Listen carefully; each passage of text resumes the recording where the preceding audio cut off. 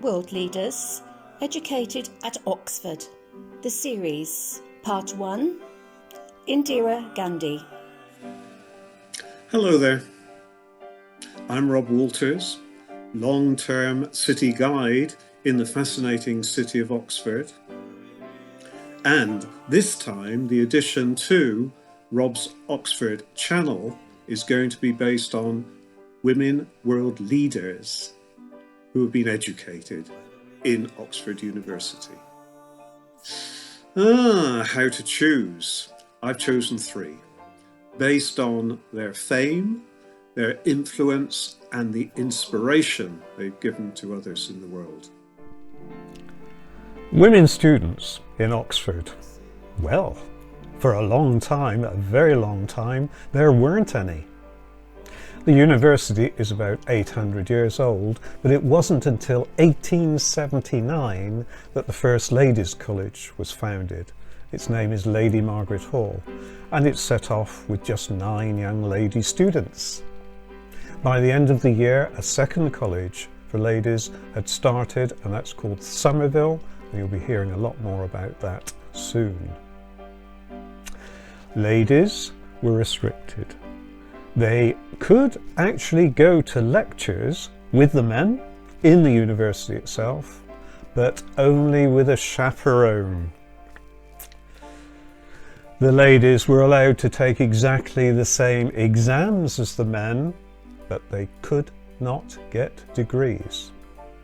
That didn't change until 1920, just 2 years after women in the United Kingdom were finally given the vote. Leaping on to 1974, that's the year when the men's colleges in Oxford began to accept women at last. By 1984 they all had, but the women's colleges were slower to change actually, but now all colleges accept both men and women, and interestingly enough, there are more female undergraduates accepted by Oxford University than there are male. And with that introduction, let's get started on women world leaders educated at Oxford. Here we go. The 3 leaders are going to be presented in historical order, and the first of them is Indira Gandhi from India, daughter of Jawaharlal Nehru, that staunch proponent of Indian independence, and of course the first Prime Minister of India. You can see him there, where you see Indira as a very young girl.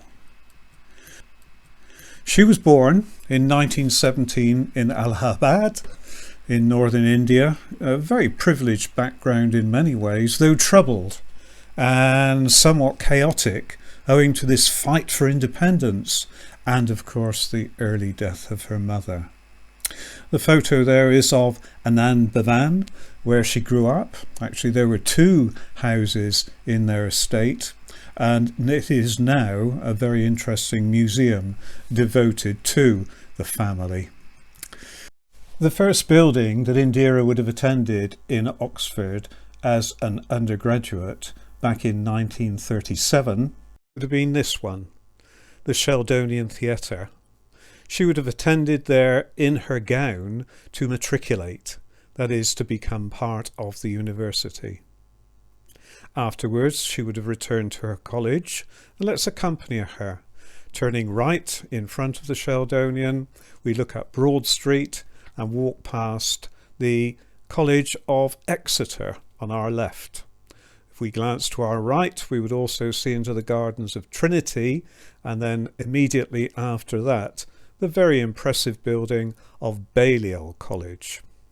She would then have turned right into Magdalen Street, and going up there, she would come to a rather noticeable symbol of Oxford. That's the Martyrs' Memorial. I won't tell you all about that. As she walked on, she might glance to her right again and see St John's College, the richest of all the colleges in Oxford. But she would have crossed the road to the left, then entering St Giles, a very wide street in Oxford. As she went along there, she would pass the Ashmolean on her left, and then after quite a few steps, she would come to a famous pub, and that pub is called the Eagle and Child.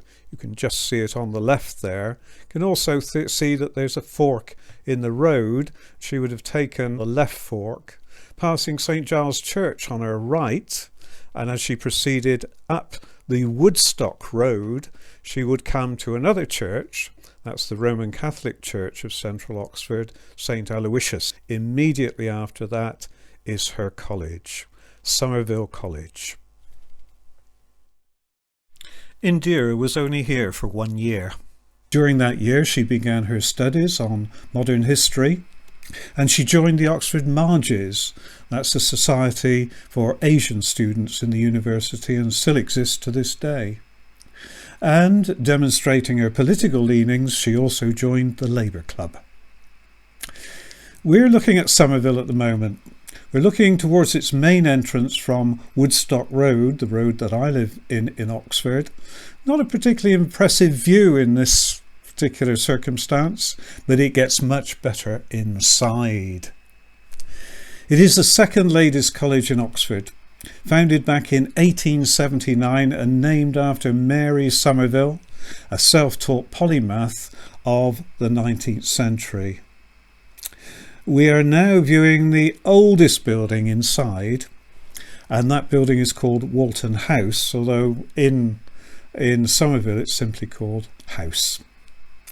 And nowadays that building looks out towards a green and glorious quad, surrounded by the more modern buildings of the college, and these include the dining hall, which you can see at the moment. We'll have a closer look at Somerville later, together with the next world leader. Things did not go well for Indira. She failed the first year exam twice and avoided the third opportunity entirely by not turning up. A combination of ill health and understandable problems with that terrible thing, the compulsory Latin exam, sadly curtailed her undergraduate career.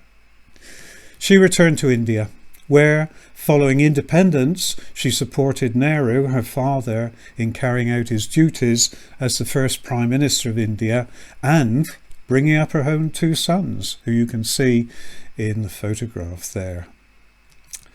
In 1966, 2 years after her father died, and his successor had a heart attack and also died, Indira was elected as the third Prime Minister of India and the second woman Prime Minister in the whole world.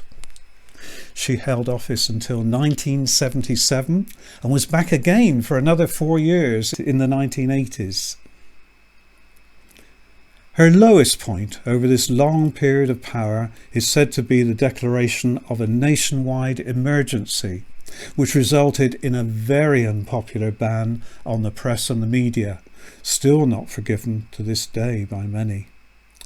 Her achievements were many though, but prime amongst them must be the aid given to East Pakistan, which enabled it to become the independent country of Bangladesh. She is sometimes known as the Iron Lady of India and was given a peace award by the Bangladeshis after her death. Though Indira did not complete her degree course in Oxford, she was given an honorary degree by the university in 1971. The degree was conferred by the then Chancellor Harold Macmillan, who was a former Prime Minister of the United Kingdom. Her College of Somerville has established a scholarship in her name for Indian students. She was without a doubt a world leader and had good relationships and possibly even strong friendships with many other world leaders at that time, including two very much opposites, that's Margaret Thatcher and General Castro. She also made visits to the seat of government in America.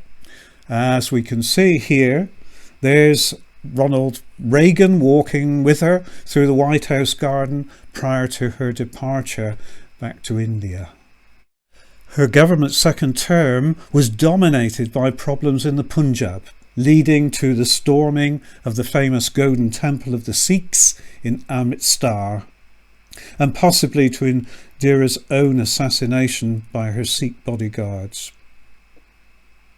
She was shot on the 31st of October 1984 whilst walking towards her office adjacent to the Prime Ministerial residence in New Delhi. She was on her way to be interviewed, as a matter of fact, by English actor and broadcaster Peter Ustinov for a series on world leaders. The path where she was so violently slaughtered is now a memorial to her in glass and crystal, as you can see. To finish this brief overview of Indira's life, here is a note from another world leader sent to her son, Rajiv, following her untimely death. Well, what a sad ending to Indira Gandhi's life. To the woman who was voted the greatest woman in the last 1,000 years by a poll conducted by the BBC in 1999. Her life was very interesting and very high profile, as you'll understand. One question remains, of course, and I can't really answer it. How much was she influenced by that 1 year in Oxford, if at all? She is the first in this series on women world leaders who have been educated in Oxford. There will be more. If you like this one, please like it below. If you want to hear and see the rest of them, then do subscribe and we'll be able to let you know when the next one comes along. Thanks for watching. Bye bye.